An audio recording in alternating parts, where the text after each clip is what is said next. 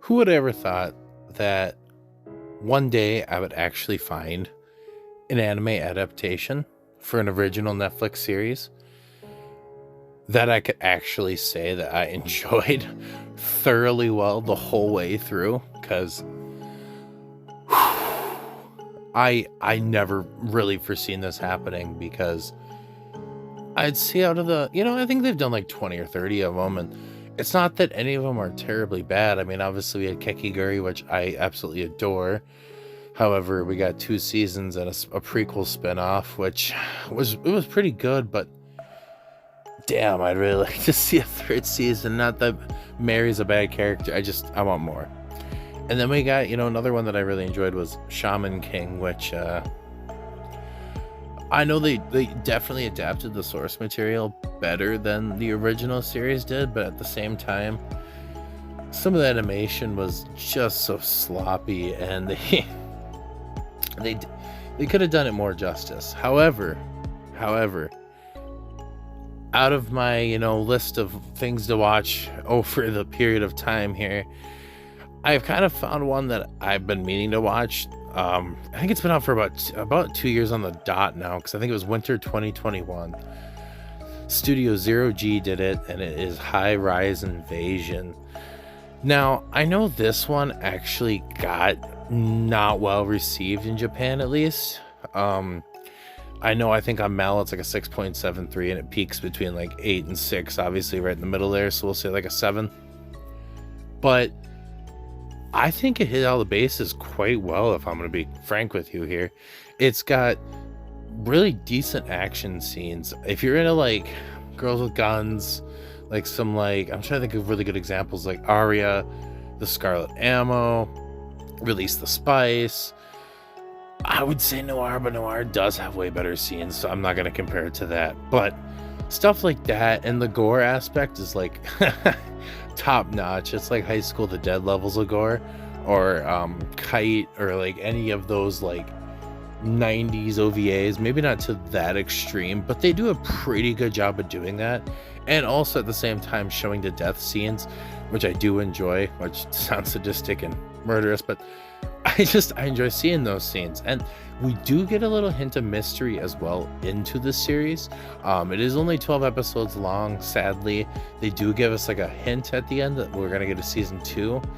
And like I said, it has been 2 years. However, I know Netflix has a tendency to do to do it that way, where they do like a season 3-year gap, maybe another season, and that kind of pisses me off. But, and again, that is the anime industry and what it is. I'm not going to say that these guys are reinventing the wheel with this series. I have never read the manga, but from what I understood, they adapted it almost spot on from the actual manga, which whenever that happens, that can be a really great thing, and also kind of a shit thing, honestly, because you obviously want it to be very close to the source material. However, sometimes I do enjoy when studios take the liberty of adding things that are going to make the series more sequential or subsequential, or just moving flow of the series to make it smoothen out. And I'm not going to say they did it bad, because I did very much enjoy it, but it would have been kind of cool to do something like that, like the ending of Mushoku Tensei. That was not even anything with the light novels, but it added that spice to pick you up for when season 2 comes out this year. You kind of have that to go off of, instead of having to read all 27 volumes of the light novel. And I think that's a pretty neat thing. As the characters go, we have our main character Yuri, who is she's a high school student. And the basic premise of the plot is she wakes up in this world, and within minutes she's being attacked. We meet a few characters from there. She doesn't exactly know where she's at. She was at school before, gets sucked into this world, instantly calls her brother Rika, which instantly made me think of Love and Chubio, but she calls him right away. And we pretty much develop into this world where we find out that there's these people with masks. They're trying to kill you, but they won't kill you unless you commit suicide. And that's like the basic premise at first. As Yuri kind of goes along trying to find her brother, because that is the main objective, to find her brother in the beginning, she meets the next main character, Mayuko, and she's pretty neat. At first, she has like these murderous intents, and we get little pieces of her backstory as we go, coming to find along that, you know, she was abused and nobody liked her, and she was a loner, and she ends up kind of like falling for Yuri as she goes, because Yuri starts out as not, I wouldn't say necessarily like a helpless, weak character, but she's definitely more innocent, and as the story progresses along, she becomes a more strong, independent leader type, which does have to do mostly with the main plot the further we get along into it. And I'd say maybe Mayuko and Yuri kind of have a Yuri, ironically, a Yuri girl love type of vibe to them towards the latter of the season. And as they go along, we kind of find out some things that kind of help out. We meet another couple main characters like Kuon and the masked sniper. Pretty much anybody in this series is that isn't a human is they call them the common. So like the mask and whatever they're with. So we got like the sniper one, and I'm trying to think of some more, but there's quite a few, like a maid one, a swim one, and so on and so on. The further you get along, the story progresses very well, and I will say, if you know, it does have a little bit of fan service. If I remember correctly, I kind of got bored, and I wouldn't necessarily say I made a drinking game, but I kind of sort of slightly made a drinking game as I was watching this. Throughout the series, there is at least, I want to say, about 32, 33. My count might be slightly wrong because I wasn't really doing it till like the second episode, but panty shots alone. And, you know, they do the panty shots pretty damn well. But back onto the train here. Yes, they kind of progressing to find her brother and having the mask along the way. And we kind of get a subplot, like I said, of who is this, like, not necessarily weak, but she's kind of a not into the action-esque vibe like the other twos are, but she ends up meeting up with Sniper, and we kind of find out she's a candidate to be God, which adds on to the second part of the plot I was talking about earlier. So not only are they trying to survive and find her brother, but there's these candidates to become a god, because this is technically like a different realm. And with that on the horizon, we kind of find out that one person is going to be God, and that God is going to rule the regular world, because right now the regular world doesn't even have a god. So it almost becomes like a tournament fight survival thing, even though Kuon does meet up with Yuri and Mayuko and all of them, and they get to become a team searching for her brother, and also at the same time facing the main enemy, who is just, he's actually a pretty good enemy, because he's got that, like, what's a good example? Over ego, even though he thinks he's a really good guy, but you know he's like a sadistic, like twisted, manipulative type of person who says he's doing this for justice, even though clearly he's not. His name is Mamoru. Mamoru.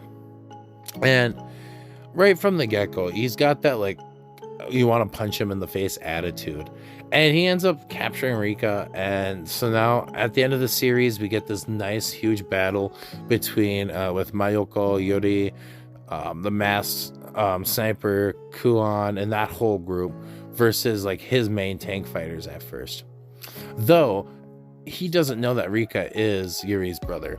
So they get this whole fight done, and it pretty much leaves us on a cliffhanger at the end, because he finds out from one of his spies that those two are related. And oh man, it ends up really well. We don't know exactly what happens, because I'm not going to spoil the complete ending for you guys, even though I pretty much just deciphered the majority of the main plot.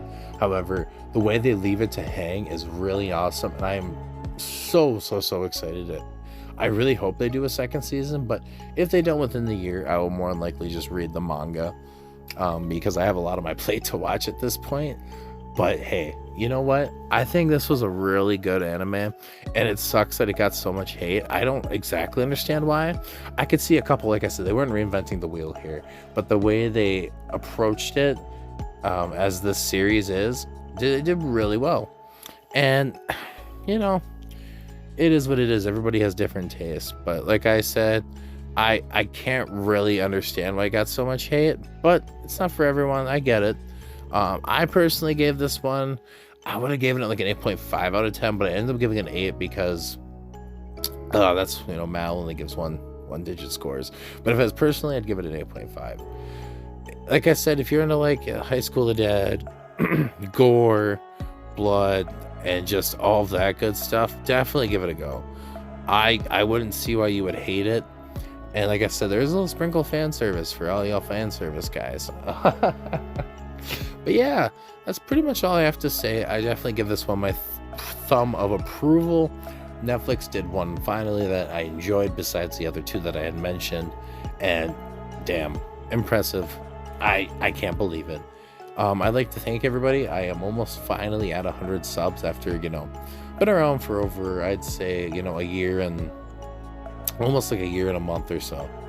And I've been really more taking it seriously since about October, September. And I want to thank everybody for sticking around and raising this up. I plan on doing sadly a run through of the complete Demon Slayer series this weekend and giving a unbiased, I'm going to try to find the best things I can out of it to understand why people like it so much and make a video out of that. Because if you've been watching my videos, you know I'm not a huge fan of that series. But I'm going to do it for you guys. And we're going to get through this. And then at the end, I'm going to be honest with y'all. So, like I said, thank you very much. If you enjoyed this video, give it a like. If you made this far and you didn't, well, I appreciate it. And yeah, so this has been Squids, and I will see everybody in the next video. So with that being said, peace.